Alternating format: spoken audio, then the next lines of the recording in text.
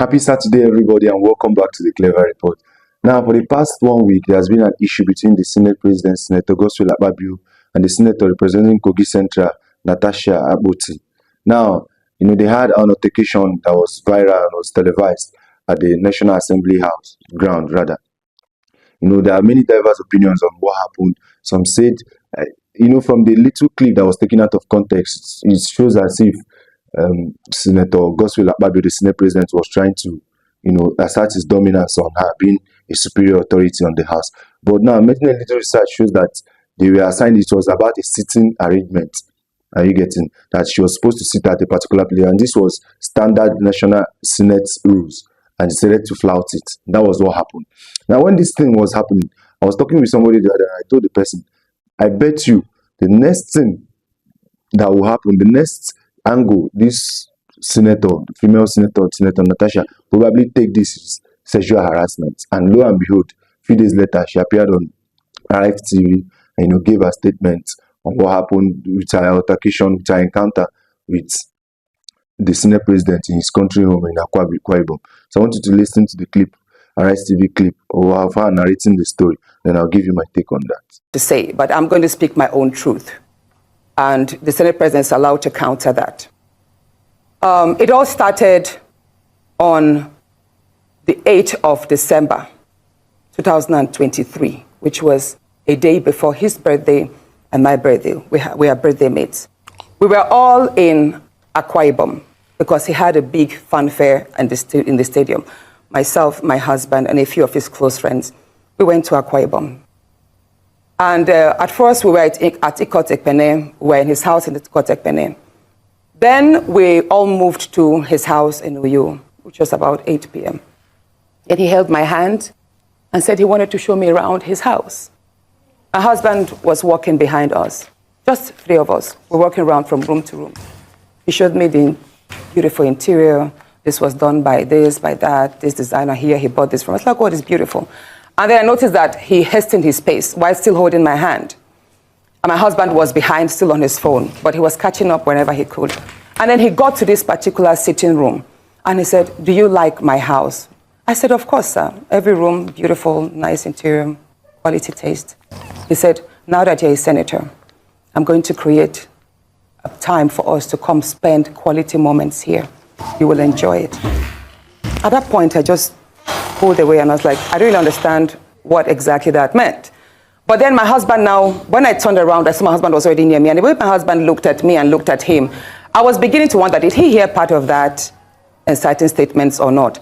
And then the Senate President too, I saw that he also had that thought, like, did my husband hear the invitation to treat or not? So then the Senate President now said, "Oh, by the way, let me show you my chapel." He has a chapel in his house as well. So while we were going to the chapel, we walked in silence and all. So that evening, before we left the Senate President's house at about 11 midnight to the 4 points in Ikot-Ekpene. And my husband asked me, "Natasha, what did the Senate President whisper to you? What's he telling you?" I thought, should I tell him that he was speaking about bringing me in here at a special time for us to have a good time? Or should I just kill it there, wrap it as if there was nothing? Because tomorrow was a big day. I know how much my husband adores the Senate President. He loves him as a brother. My husband would do anything to support him. So I told my husband, nothing. I can't remember what I created, but I just gave him some words to manage, to mask what was said. After, when we laid in bed, I lay to my right, and my husband wrapped his arms around me, and he said, "My love, you can't tell me anything. What did the Senate President tell you?" Again, I was like, "Don't you believe me?"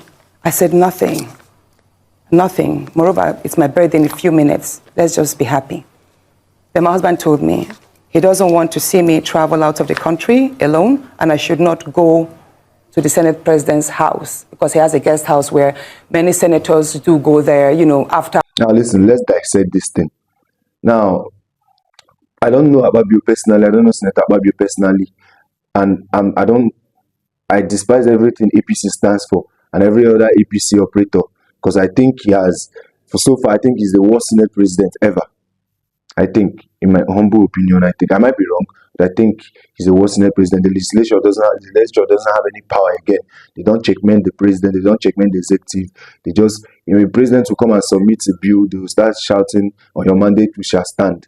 Without, they don't even vet appointees, grill them very well to know if these people are fit to serve the Nigerian people. But that aside, my personal opinion about Senator Akpabio aside, now, I won't just believe Senator Natasha just because she says so. It's her word against Senator Akpabio's word. Coming out to say this kind of thing without any hardcore evidence. And I want her to, chase this case. I want her to pursue this case to the fullest extent of the law. I want Senator Akpabio, and the Senate Ethics Committee or the House Ethics Committee to look into it. Make sure she provides evidence. If Senator Godswill Akpabio that allegedly sexually harassed her or discriminating her because she allegedly didn't want to sleep with him, then I want him to face the full wrath of the law. But I know what false accusation does to people, especially men, especially powerful men, because the next go-to weapon of women when they're dealing with powerful men is sexual harassment. And they know that once they put it out there, it disparages your identity, it disparages your personality, and people are prone to believe the woman. But we've passed the era of the Me Too movement. We cannot just believe that Senator Akpabio sexually harassed you just because you said so. I'm sorry.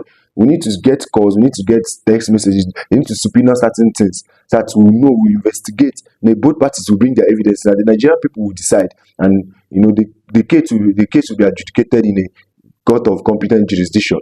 This is what we want. But just making a blanket statement saying that Senator Akpabio sexually harassed me, and then we should believe it. No, because I know why.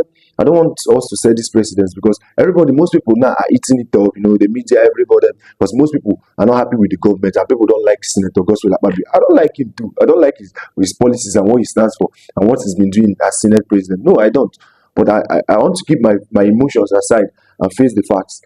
Is Senator Akpabio, a sexual predator, allegedly? I don't know.